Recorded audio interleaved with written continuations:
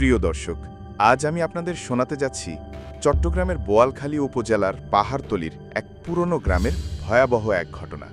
এটি কোনো রূপকথা নয়, এটি আমি শুনেছি সেই এলাকারই একজন বৃদ্ধ রমিজ চাচার মুখে, যিনি এখন ৮৫ বছর বয়সী। তার কণ্ঠে যখন এই গল্প বলছিল তখন যেন বাতাস থমকে গিয়েছিল, পাখিরাও চুপচাপ হয়ে গিয়েছিল। লাইক, কমেন্ট অ্যান্ড শেয়ার করতে ভুলবে না কিন্তু। চলো এবার মূল গল্পে ফিরে যাওয়া যাক। ১৯৮৭ সালের বর্ষাকাল, চারদিকে শুধু কাদামাটি আর স্যাঁতস্যাঁতে গন্ধ। চট্টগ্রামের পাহাড় ঘেরা এক ছোট গ্রাম মালিয়ারচর।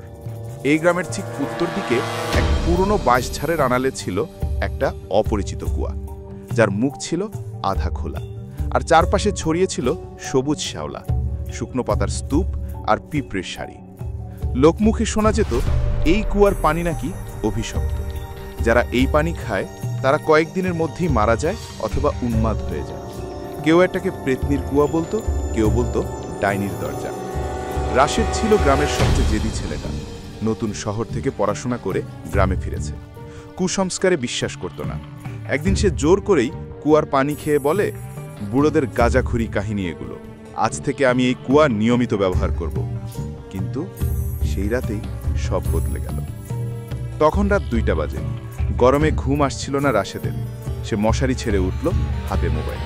টর্চ জ্বালিয়ে সে হাঁটতে লাগলো সেই কুয়ার দিকে। চারদিক নিস্তব্ধ, শুধু শোনা যাচ্ছিল ব্যাঙের ডাক আর দূরের পাহাড়ি ঝর্ণার আওয়াজ।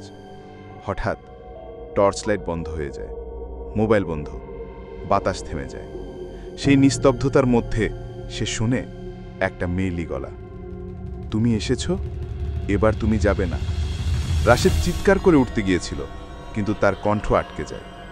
আর সে রাতেই সে আর ফিরেনি। পরের দিন সকালে রাশেদের নিথর দেহ কুয়ার নিচে পড়েছিল, গলা খসা, চোখে আতঙ্ক। মুখ এমনভাবে খোলা ছিল যেন মৃত্যুর আগ মুহূর্তে সে কিছু বলার চেষ্টা করেছিল। পুলিশ এসেছিল, দেহ উদ্ধার হয়েছিল, কিন্তু কোনো ব্যাখ্যা মেলেনি। কোনো বিষ, শ্বাসরোধ বা আত্মহত্যার চিহ্ন না। গ্রামের বড়রা তখন সিদ্ধান্ত নেয় এই কুয়া আর খোলা রাখা যাবে না, এটা বন্ধ করতেই হবে।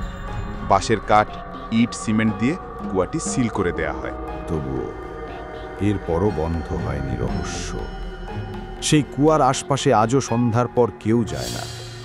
লোকজন বলে বাঁশঝাড়ের ভিতর দিয়ে হালকা আলো দেখা যায়, আর মাঝে মাঝে শোনা যায় ফিসফিস কণ্ঠে, আমি এখনো তৃষ্ণার্ত, আরেকজনকে পাঠাও। রমেশ চাচা বলে এই কুয়ার নিচে নাকি একসময় একজন বিধবা নারীকে জীবন্ত ফেলে দেওয়া হয়েছিল। সে নারীর অনেক খারাপ দিক ছিল। সে দিনের বেলা কুয়োর আশেপাশে বসে থাকত, আর রাত হইলে প্রতিদিন নতুন নতুন ছেলে ঘরে আনত। তাই গ্রামের মেম্বার আর মানুষরা মিলে সিদ্ধান্ত নেয় তাকে কুয়োয় জীবন্ত ফেলে দিবে। তারপর তাকে জীবন্ত কুয়োয় ফেলে দেওয়া হয়। এরপর থেকেই শুরু হয় ভয়ঙ্কর ভয়ঙ্কর শব্দ। গ্রামের অনেকে ভাবে সে মরে গিয়ে ডাইনির রূপ নিয়েছে। সে নাকি প্রতিশোধ নিতে চায়, আর প্রতি বছরে একজন নতুন আত্মা খোঁজে যাকে টেনে নিতে পারবে নিজের জগতে। আজও সেই কুয়া রয়ে গেছে গাছপালার নিচে লুকোনো, মাটি ঢেকেছে তার মুখ। তখন থেকেই মালিয়ারচরের মানুষরা বুঝে গেছে প্রকৃতির মধ্যেও কিছু এমন শক্তি বাস করে যা মানুষের চোখে ধরা পড়ে না, কিন্তু তাদের রাগ, প্রতিশোধ আর তৃষ্ণা আজও নিঃশব্দে ছড়িয়ে আছে বাতাসে। রমেশ চাচা আজও বলে রাশেদের মৃত্যু কোনো দুর্ঘটনা ছিল না, সে ছিল কেবল প্রথম। কুয়াটা এখনো খোলা, অন্তরে, অতলে আর অন্য এক জগৎ। সে এখনো জেগে আছে, শুধু অপেক্ষা করছে। তার জন্য, হয়তো আপনার জন্য।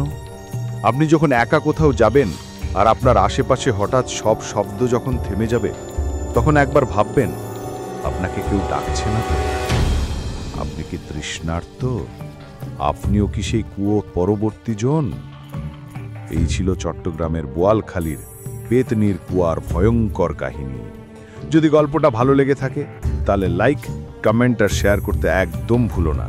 আর সাবস্ক্রাইব করে পাশে থাকো হান্টার 2.2, কারণ সামনে আসছে আরও ভয়ঙ্কর, বাস্তব ও গা ছমছমে কাহিনী।